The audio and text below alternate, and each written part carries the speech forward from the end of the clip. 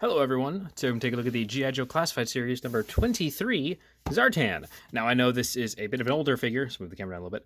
I know this is a bit of an older figure, but I just got it, so I want to make a video for it. This is of course the original retro, not retro, the original, I guess, no it's not retro, it's not that old. It's a couple years old now though, but this is the older packaging style, which I miss a lot. Getting this really makes me wish that they just kept with this. I know they had to do the windowless thing and everything like that, but it still... This is my preferred packaging style. I wish they'd go back to it. I don't mind the new one. It's fine. It's a little small, but this looks, I don't know. I like this style a lot. That's just me. But as you can see, all the accessories inside right here. Very nice artwork of Zartan right here. G.I Joe Classified Series Zartan Hasbro, everything. It's a continuation of that nice artwork on the side here with his scary green snake eyes. Snake eyes, get it? The old big splash image and stuff. And I feel like I've talked about this before.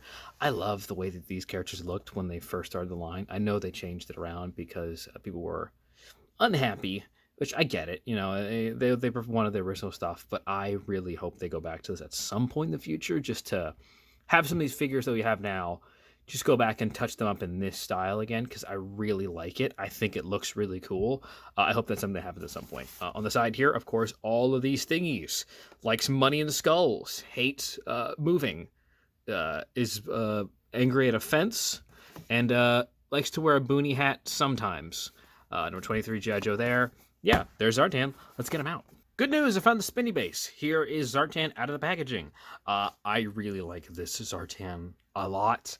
I think there's really no way for them to improve this, honestly. I've seen the exclusive one, the con exclusive one that changes color, which is cool. Conceptually, that's fun. I've seen the retro Carter one. That one's cool, I guess. It doesn't look as good as this one, but yeah, like I said, this is kind of perfect. It was made during the time when they were going for that more unique, new kind of futuristic style. So, but it's basically the same as any other version of Zartan you've ever seen. So I really struggle to see how later they could do this again. Like, they kind of nailed it the first time around. Obviously there are other versions of Zartan. There's Ninja Force Zartan. There is the other versions out there, like the Sigma 6 version, the Renegades version, but this is kind of the standard of Zartan. I would love, it's just me, a G.I. Joe Rise of Cobra line at some point, Hasbro, if you're listening. Get on that like the Studio Series does. I would like that, because I really would like the Arnold Vosloo version of Zartan, and maybe even President Zartan. That's just wishful thinking, but I would love to see that at some point. Now, enough looking at him spin here. Let's take him off the base real quick. And here you have Zartan accessory list, mostly accessory list. He still has this on. And this is, of course, the version of Zartan where it's wearing a hood, because in basically everything except for a couple episodes of the cartoon, it's a hood. It's always been a hood. He's always been bald. But in the cartoon, he was sometimes drawn as having long hair, and that's just because the animators didn't know that he was wearing a hood, because, I mean, it looks like hair. Who's to say? But this is a very cool looking version of Zartan here. When you close look at his face here, he's got the, take the hood off actually, so you can look at his creepy bald head. He's got the tattoos over his eyes. His eyes are like a bright blue, like an upsetting blue. The scarf does come off as well, or scarf, collar, chief, handkerchief. I don't know, something like that. He's got this cool looking body armor, which you could technically remove this whole chest rig, but you have to like pop the head off, pop the arms off, and everything. Maybe cut little pieces off of it, but you could theoretically do that. Very cool looking, like spooky monster belt buckle thing he's got going on. I think that's very fun. Some really cool like armor he's got here, like wrist gauntlets, shoulder gauntlets, like a chest piece. He's got like gauntlets here on his thighs, on his knees, and on his calves. So he's just armored up. He's ready for any combat encounter, really. He's got a sheath here for his knife, which we will look at later. And the figure itself is fine. This is, again, it's an older figure. You can tell by just the tension in the joints and how it feels, but it still holds up fairly well, even though this figure is like, I don't know, 3-4 years old now. It's kind of crazy how long this line's been going on for, right? Like, it still feels like it's a relatively new line, but no, it's been a good couple of years now this line's been running. But yeah, looking at the articulation here, taking this collar piece off, he can look up that far. He can look down that far. He can look down very far. Head is on a swivel, like up and down joint here, but it's also on a ball, so he can move around here. Ball in the neck here. Ab crunch, very good ab crunch. Good ab crunch back. The chest piece really doesn't get in the way of anything. There are butterfly joints in the arms, which, for me at least, are really tight. They really don't want to move. But there is the joint here in the arm here, so I can go full 360. Can go up and down. This does get in the way a little bit, but it's a soft plastic, so it won't like stop it. But it will, if you leave it up too far, it will just set like that. Swivel at the bicep. Double jointed pinless elbows on both sides, which is very nice. Both hands are an up and down hinge, like so. Can rotate there. There is a ball joint here at the lower waist, so you can get a full rock, full motion there. Drop down hips a little bit, not as crazy as some of the other ones though. Swivel here at the thigh. Oh, can he kick his own butt? No, he really can't really kick his own butt. Again, there's swivel right here at the upper thigh. Double jointed pinless knees, like I said. Swivel here at the calf. Foot can go down that far, can go up, not very far. And there's a swivel. So pretty much standard G.I. Joe articulation, but he's very nice. Like he's a very well done figure. He's got nice pinless joints, because I know people love pinless joints. He looks really good though. I really like the Zartan, and I don't like seeing him without the hood on. That is upsetting. So we're gonna quickly change that. And looking at the accessories that come with the Zartan, we're going to start here with his big knife. Now, that's a knife right there. That's a knife. That's a real nice knife. Got nice serrated edge here on the back here. A little hole in there, probably for running a thread of some sort. There's a, so you can see there's a grip here to put his finger in so he can lock it like that, which is very nice. Holds onto his hand very well there. It is a big knife too. This is a pretty decently sized knife compared to a lot of other like Joe knives out there.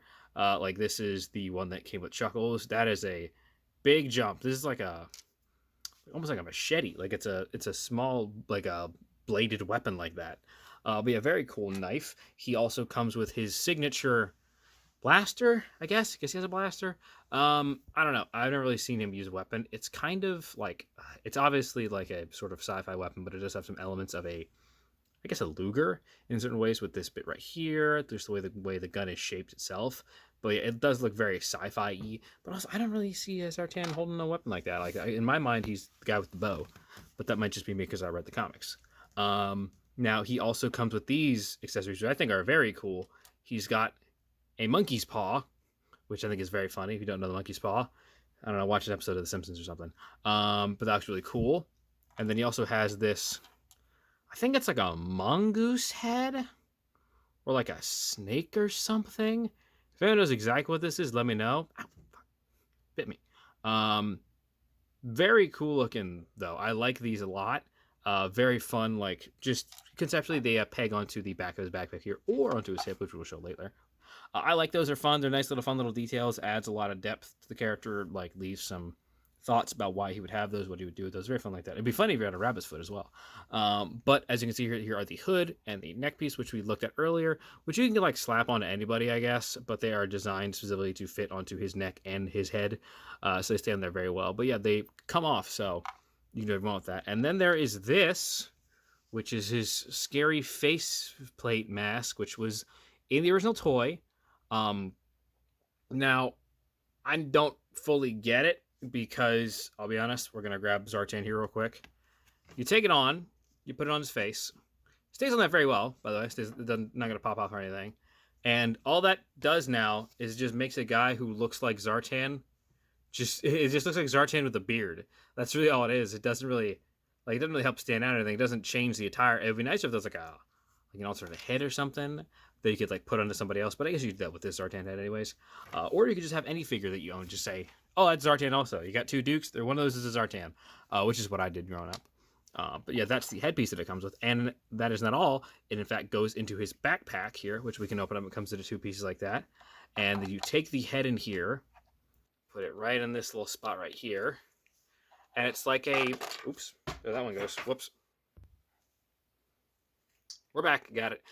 It goes in there right here. And then on the other side here, it's like almost like a Mission Impossible, like one of the face, like mask making machines. You just got to close it up and then pop it out when he wants to, when he wants his unique different face. And I think that's fun. I like the storage in there. And again, I like that because in my mind, it's like the Mission Impossible face making machine. So yeah, those are the accessories that come with Zartan. As for size comparison, here he is next to my most recent review of Doc. He is a little bit taller than Doc, which seems about right for someone like Zartan, and look very nice together. As for next size comparison, where we have him next to fellow Dreadnought Buzzer, Torch. He will stand. One touch with me there. Ripper, who I'm not done a review for yet, but will be soon, and his sister Zarana. And these are all the Dreadnoughts that I have right now. There's a few more that have been released, but these are the ones that I wanted the most. I can't wait to get that Xandar. But they look really, really cool together. I love the way these guys look. Just really happy to have the Dreadnoughts together in a way that I see them. Like, in my mind, we're missing, like, I guess, like Monkey Wrench and the Thunder Machine. But, like, besides that, this is pretty much all the Dreadnoughts that I can see in my brain. So, yeah, they look really nice together. Finally, next to their leader, Zartan. So, yes, there is G.I Joe Classified Series number 23, Zartan. Again, an older figure, I know, but I got it and I wanted to do a video for it. And I really like this guy. Just straight up, he's great. I love him. I can't wait to get more of the Dreadnoughts. And again, hopefully, like I said, the Thunder Machine at some point. But he looks great. He looks really good. If you want him, might be a little hard to get now, since this figure is no longer being actively sold. But you can probably find it on eBay, Amazon, whatever sites you want to look for. And if you find any other versions, it's basically the same thing as far as I know. I think the only difference between this version and like the retro card one is he doesn't have the little accessories, the little like the mongoose head and the monkey's paw.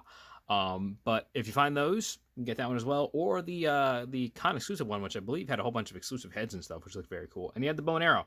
He had the bow, which makes sense because in my mind, Zartan always has a bow. He used it to kill Serpentor one time. I'm sure you know that though. So yes, that was my Zartan review. If you liked it, please like, comment, subscribe. Everything needs to get done for me to keep videos that I love to make. And I'll see you next time. Hopefully next time when Dragonfly gets here. So we'll see. In the meantime, yo Joe.